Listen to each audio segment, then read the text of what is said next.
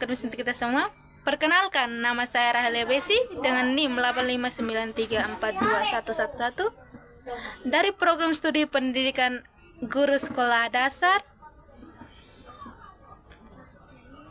Teman-teman, pernah tidak kalian berpikir di tengah banjirnya informasi saat ini, bagaimana kita bisa membedakan mana yang benar-benar ilmu pengetahuan yang valid dan mana yang hanya sekedar opini atau gosip belaka? Jawabannya ada pada fondasi cara kita berpikir.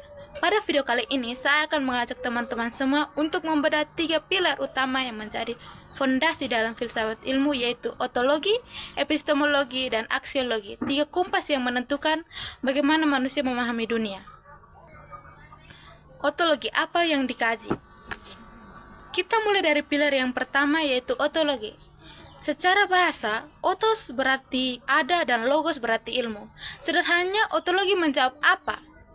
Apa yang menjadi objek kajian dari suatu ilmu dan bagaimana hakikat realitas dari objek tersebut.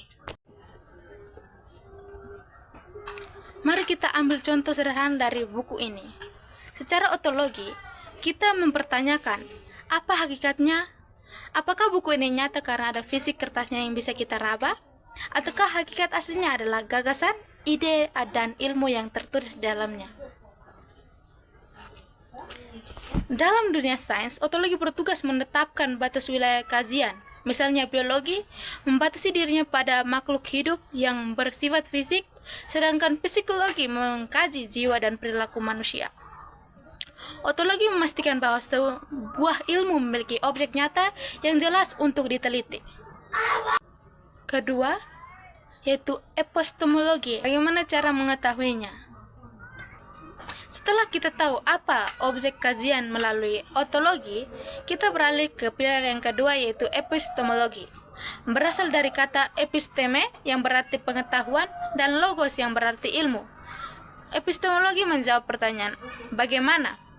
Bagaimana ilmu tersebut diperoleh, metode apa yang digunakan, dan bagaimana cara kita menguji kebenaran dari ilmu tersebut. Kembali ke contoh buku tadi, secara epistemologi kita tidak boleh langsung percaya begitu saja pada apa yang tertulis dalam buku ini. Kita harus mengujinya. Kita bertanya bagaimana penulis mendapatkan data di buku ini, apakah lewat riset yang jujur atau sekedar tebak-tebakan.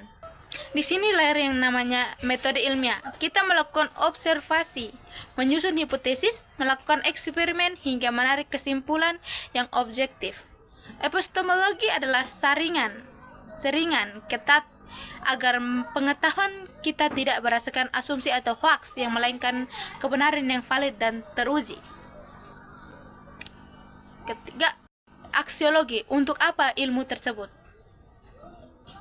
Nah, sekarang kita sudah tahu objeknya melalui ontologi dan sudah tahu cara mengujinya lewat epistemologi.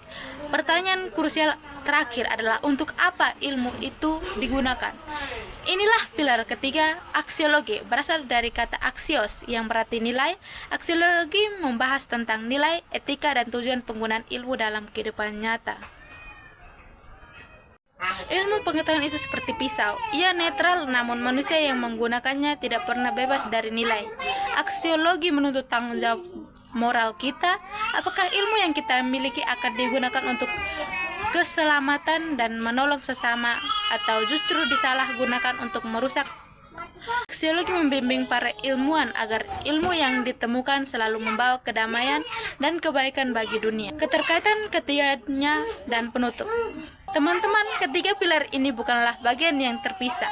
Mereka adalah satu kesatuan utuh yang saling mengunci sebagai fondasi filsafat ilmu. 1. Tanpa ontologi, kita kebingungan karena tidak tahu apa yang sedang kita pelajari. Tanpa epistemologi, kita tersesat karena tidak tahu jalan mana yang benar untuk mengujinya.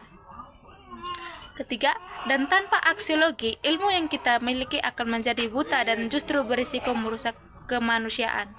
Ketiga pilar itu menyatu, barulah ilmu pengetahuan memiliki jiwa, arah, dan kebenaran yang sejati.